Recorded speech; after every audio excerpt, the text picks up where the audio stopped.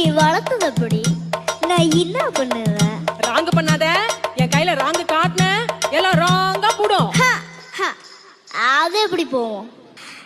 ராஜா கைய வச்சா ஏண்டடே அது ராங்கா பூடுமட.